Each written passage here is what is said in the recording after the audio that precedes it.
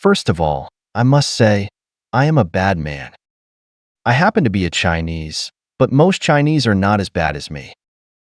I am a keyboard warrior. My mouth is like a cannon, which makes countless Indian netizens sad. When I replied to an Indian netizen yesterday, I did not answer his question seriously, but mocked Bharat. At that time, he asked me how India could catch up with the AI revolution. I sarcastically said that BJP officials claimed that ancient Indians had invented AI technology long ago, and India had been in the AI society for thousands of years, so that there was no need for an AI revolution. Then other netizens joined the team of ridicule and made fun of India. This is actually wrong, and I must apologize to him. But I am such a person. In real life, I treat my friends the same way. When they show ignorance on certain issues, my mouth turns into a cannon, ruthlessly mocking them and taking pleasure in it. I think it is not enough to just apologize. I need to make a video to talk about my true views on young Indians and what lessons they can learn from the Chinese. First of all, I want to say that it is not wrong for anyone to be patriotic. Patriotic youths do not want others to talk about their country in a sarcastic tone, no matter how bad it is. This is a simple feeling. 20 years ago, when China was not so strong, I used poor English and translation software to fight against Western white people in English forums. Criticize them for their stereotypes about China and tell them that they will regret underestimating China and that China will defeat them one by one. Is this very similar to the people of Bharat today? It is not a shame for a country to be backward and have many problems, but it is a shame to be content with the status quo. Recognizing the contempt of others for their own country, starting from oneself, working hard to make progress, and making the country better is the right solution. But we cannot ask others to shut up, because listening to criticism is the first step to correct mistakes. To be fair, the criticisms of China by those white people in the forum at that time, such as dirtiness, poor quality of the people, and authoritarian and barbaric government, are in line with the facts, and I never refute these facts. But I also understand that they overestimate the strength of their own country and overestimate the quality of white people. From their speeches, I summarized their way of thinking and logical level, and thus had confidence in China. Because they generally lack scientific knowledge and have weak logical reasoning ability, they can never win the final victory in the debate with me, despite having the advantage of facts. I only need to use a little trick to make them go around in circles and even make them attack each other. If these Westerners study in China, they can't even graduate from middle school, let alone get into college. And I am just an ordinary person among Chinese youth. Taking myself as a yardstick, I can draw a very simple conclusion. If our generation enters society and starts working, all the technological advantages of the Western world will collapse. It only takes one generation for us to knock them off the throne. Smart people defeat fools, hardworking people defeat lazy people. 20 years ago, the decline of the West was doomed. This is exactly the case.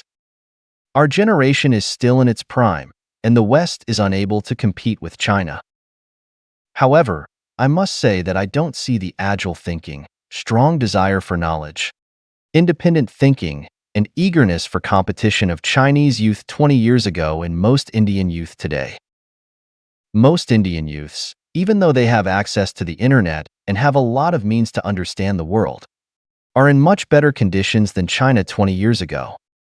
But they still lack basic knowledge of the world and India's position in the world. They don't understand how bad and ridiculous India is, and they don't know the contempt and ridicule of foreigners for India. Many Indian youths left messages under my video, saying that India's GDP is the 5th in the world, exploring Mars, launching hypersonic missiles, and so on. My advice to them is to take a cognitive common sense test.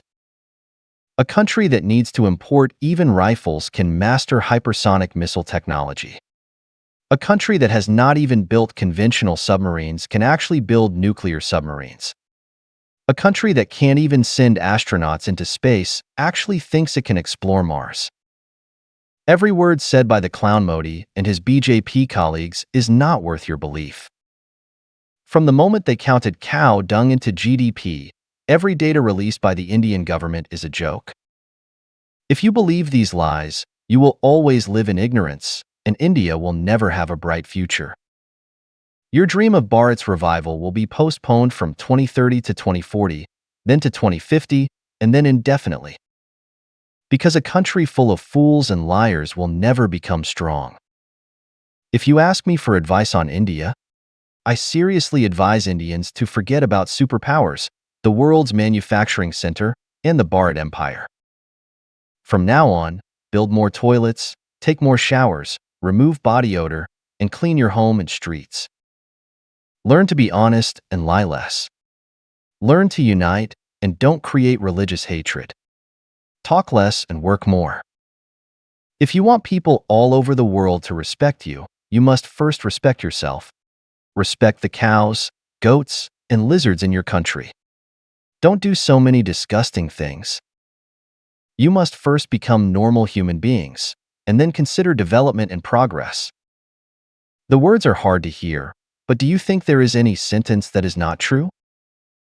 Secondly, I want to tell young people in India that as a keyboard warrior who pays great attention to politics, I suggest that you can pay attention to politics and broaden your horizons. But don't be brainwashed by politicians and political organizations. Independent thinking and independent personality are even more important than IQ in most cases.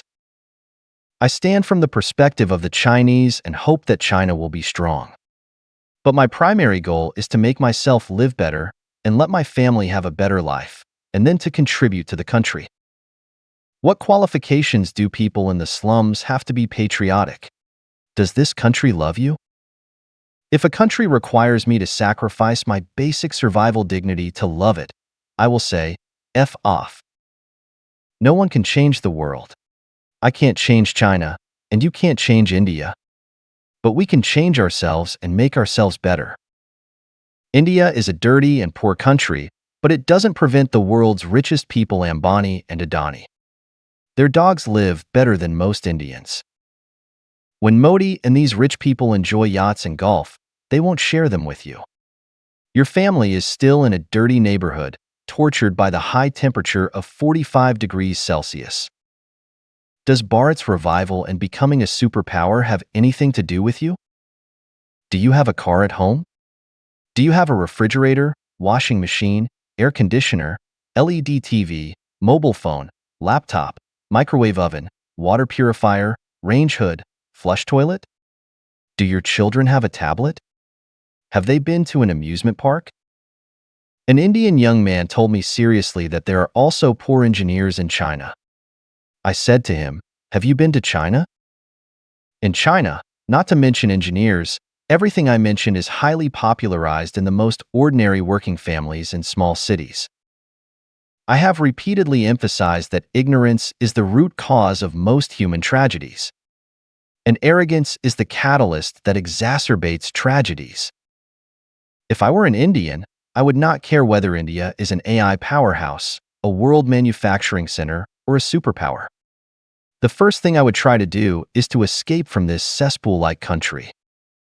If I can't do it, I will also try to work hard to change my living conditions.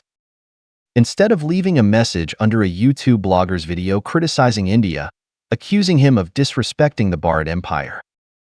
Finally, Indian friends, especially young people, cheer up, work hard, and fight back against me and slap me in the face with a better India. If there really comes such a day, I will be happy for you. If you still make some idiotic remarks, you will still be mercilessly ridiculed by me.